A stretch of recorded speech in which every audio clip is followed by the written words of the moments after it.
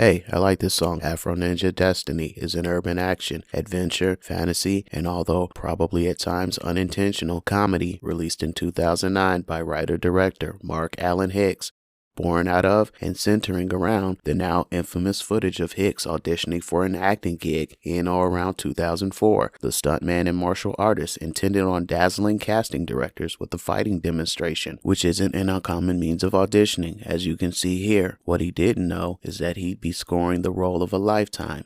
And so, with a cocky grimace to the camera, Hicks begins his performance with a standing backflip. However, he doesn't quite stick to landing. Well, if the intent was to land on his head, then it was perfect. Dazed but undeterred, he then whips out his nunchucks and proceeds a deeper level of method acting by warding off the inadvertently summoned concussion demon. Oh, but the worthy foe proves to be all too powerful and spirits him away off camera to administer his finishing move, the CTE. He eventually recovers, with more of a bruised ego than anything. An embarrassing moment indeed, one that he assumed would remain privy to only a few people in attendance that day. In his mind, it was nothing more than a failed audition that would be a memory as time went on. That is, until he found out the footage had been leaked to the internet on the grandfather of posting websites, E-Bombs World, and eventually making its way onto television. Understandably upset, Hicks wanted to seek retribution on the offender. However, after a few months of reflection, contemplation, and probably some meditation, in a move likened to a practitioner of Aikido, Hicks redirected the laughs and mockery and decided to capitalize off the infamy, and Afro Ninja was born. I, like many lurkers on the internet, was aware of the video's existence. However, what I hadn't known until very recently was that there was a movie that came from this. Information provided by this YouTuber. You should definitely check out that video on his channel to enhance your Afro Ninja experience as well as other figures in internet culture. Though I won't go into the entire story beat for beat, I would like to explain some key moments throughout the movie, and in no particular order, as I feel they are the most pivotal. That said, here we go. Hicks also stars in the movie as Reggie Carson, an unassuming guy who leads what is made out to be an unassuming, if not underwhelming, existence. He lives in a crappy apartment, is out of shape, and works at what is essentially purgatory. Apropos, because the story begins on Halloween. Thus, we find Reggie sporting the best Party City wig one could find at the absolute 11th hour and a mismatched jogging suit he slept in. No shirt, ew, as his costume that is so low effort that it undermines, if not all out betrays his intentions of portraying his so-called childhood idol, Jim Kelly. At Reggie's job, we have his supervisor, who, very on brand as the impotent, bloviating, feckless guy with an inflated self-worth relative to his middle management position, belittles him for having no drive or ambition, instead of praising him for being the long-time, competent employee that he is, and perhaps encouraging him to become his assistant supervisor. Aside from this, Reggie is surrounded by a host of co-workers with whom he seems to get along and serve as a bright spot to his mediocre existence. This cast of ragtag characters includes Love Interest A and Love Interest B, maybe, and who we're going to refer to as Lenny, because the actor decides to play his character so endearing, goofy, and certainly on the spectrum that he deserved an Oscar nod. No cap. And I guess that's it. That's all the people he could have. Love Interest A discovers a package that has gone undelivered for decades and shows it to Reggie, and in an action that effectively self-owns the entire postal service by demonstrating why the parcel is still in purgatory, he sticks it in a slot underneath the counter and takes a break. Hey! There's a line here, man! Then there's also this guy, who channels his best Samuel Jackson impression to deliver a riveting, nuanced performance of a man who is both back crazy and on the edge, but also cognizant enough to be courteous and patient when socially appropriate. We're gonna call him Samuel Fail, after ranting, raving, and licking stamps in a manner that deserves to have his restraining order amended to double the distance. Samuel Fail snatches Love Interest B and holds her hostage with a comically fake-looking Uzi that we're not supposed to know is a toy until much later.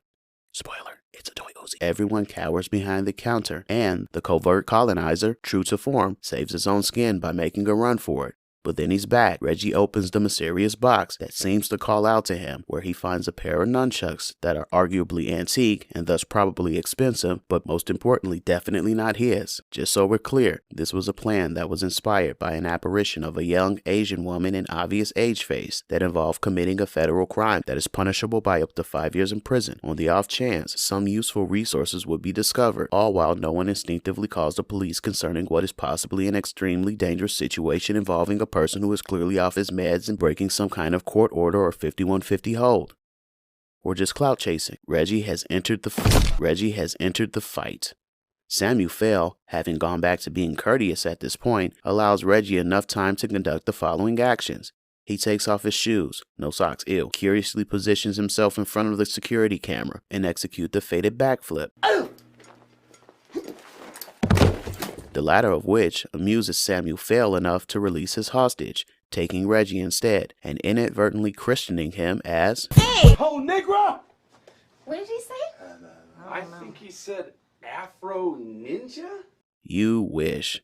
You would have been less disingenuous if you had stated, I think he said Afro Ninja. In a twist I just spoiled earlier, the Uzi turns out to be a water gun that cocks like a shotgun, and, as if things couldn't get crazier, he then retrieves a real grenade and tosses it in Reggie's direction before peacing out. On what can be argued the longest fuse ever, the following actions are then conducted in real time. Reggie screams.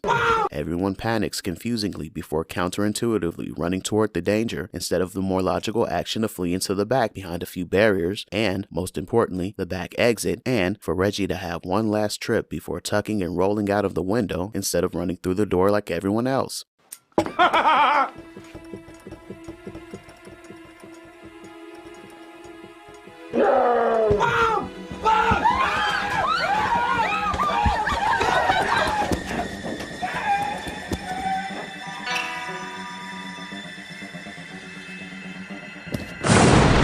Oh, and he also put his shoes back on. Ew. One thing I like to point out is that the window appears to burst before Reggie jumps through, which can then be argued that this was due to the shockwave from the blast. Those ruptured internal organs. But how about we suspend disbelief a little more and just assume that Reggie hurtled himself through the commercial-grade glass, causing it to break? Okay, like a video game character whose health regenerates in mere moments, Reggie basically shakes it off and returns back into a place that should be at the very least aflame. However, shows little evidence that a literal bomb just exploded inside. He sees the young old woman lying unconscious for some reason. It is at this point where he smartly decides that she requires a life-saving measure such as CPR brought forth by the blast she should not have been subjected to, as she is just a ghost, otherwise unbound to the physics of this world. I'm confused. Is this part, much like the rest of the movie, just a dream brought forth by Reggie, who was rendered unconscious upon falling on his head? This would make the glaring inconsistencies believable. But hold on, you may now be saying, then that wouldn't explain why we see the young old Asian woman earlier before the backflip. Perhaps the dream starts well before then, as there is a flashback of Reggie getting his head subjected to more potential brain damage through a freakish event as he flees from a dog that gets away from its owner, that seems to instantly become disinterested and otherwise a good pupper when Reggie is knocked to the ground.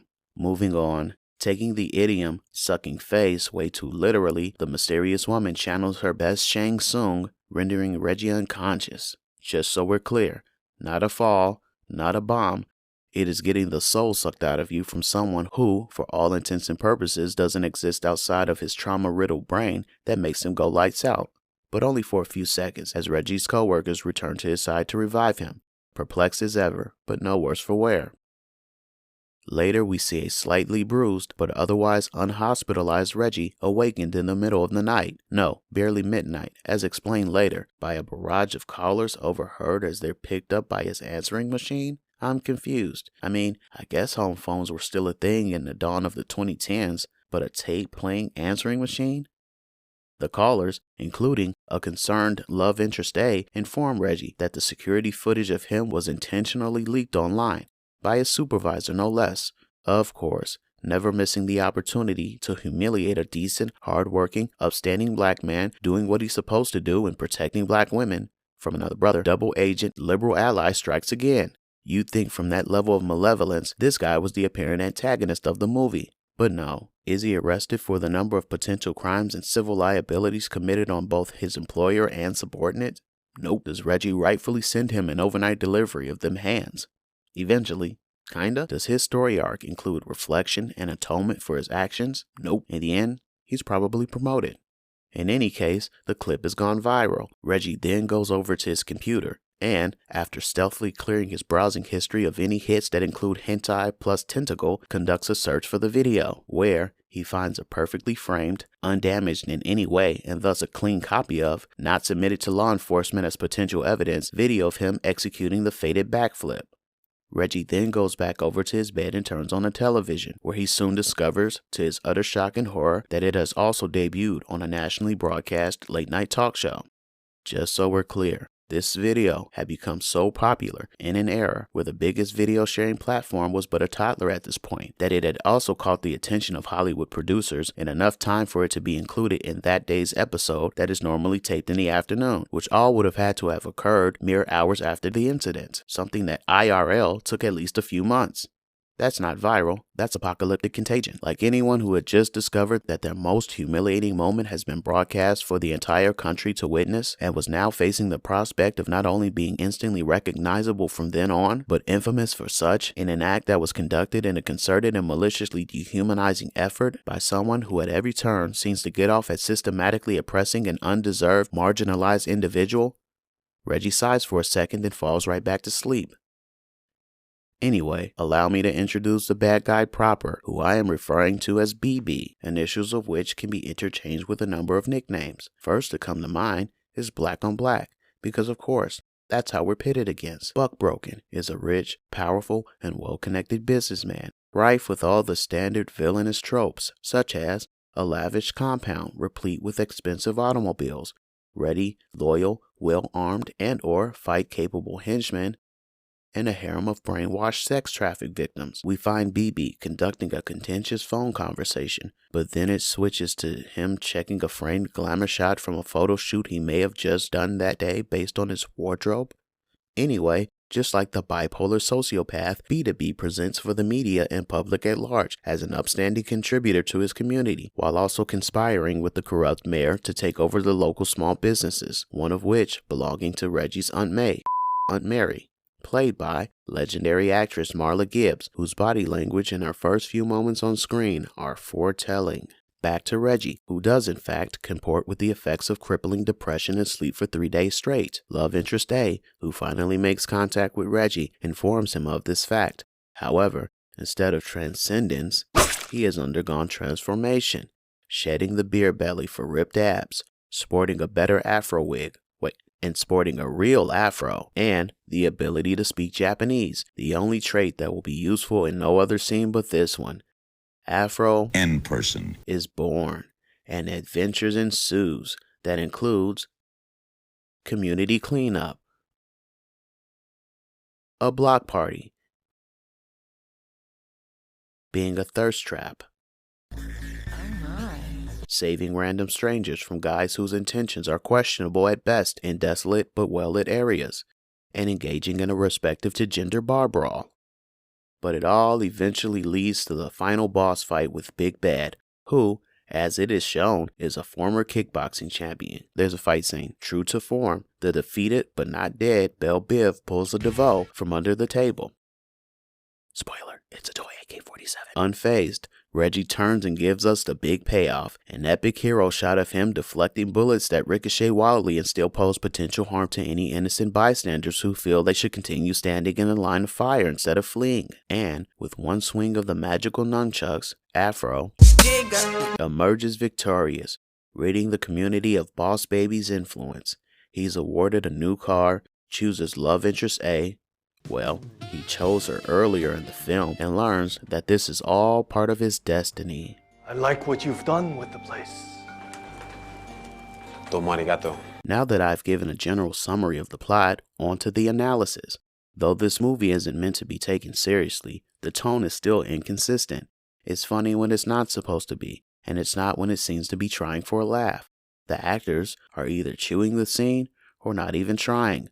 On the plus side, it does showcase Hicks's abilities, and, to his credit, he is a competent, award-winning stuntman and martial artist who has been in the business since 1988, performing in a number of films and television shows with over 120 credits to his name. Plus, it stars some notable people. For example, the village idiot Derek Mears would go on to play Jason in a Friday the 13th remake around the same time of this film, which is why I suppose with that iconic role under his belt, he felt extra cute and decides not to include this in his acting credits. Word, my guy? You're embarrassed of Afro Ninja? It can't be because it's a cheaply made movie that went straight to DVD, filled with campy, unintelligible, or just straight terrible actors, because the next year you're in a film that is equally, if not more terrible, starring the second up, less confident, not Black Ranger, Darth Maul still in a slow tailspin falling from grace, and a discount Steven Seagal? In any case, aside from the great Marla Gibbs, as noted, Jim Kelly, who was one of the top black martial arts film stars in the 1970s, working alongside the likes of Bruce Lee, and, fun fact, was also a professional top-ranking tennis player, makes an appearance in the movie, both of whom proudly include this among their acting credits. In closing, despite poking fun at the movie, I'm personally proud of Hicks for several reasons specifically. First, as one who was once an aspiring filmmaker, I recognize and respect what it takes to put one together. Then, to have someone you looked up to make an appearance in it is a cherry on top. Secondly, I respect his ability to bounce back from essentially being the laughingstock of the nation. That one incident way back when could have been the death to a legacy and credibility Hicks has spent the better part of his life grinding for in the volatile and uncertain entertainment industry, and, for a moment he admits, he believed it to be. That is, until he leaned into the meme, something that the current crop of E-celebs can't seem to figure out.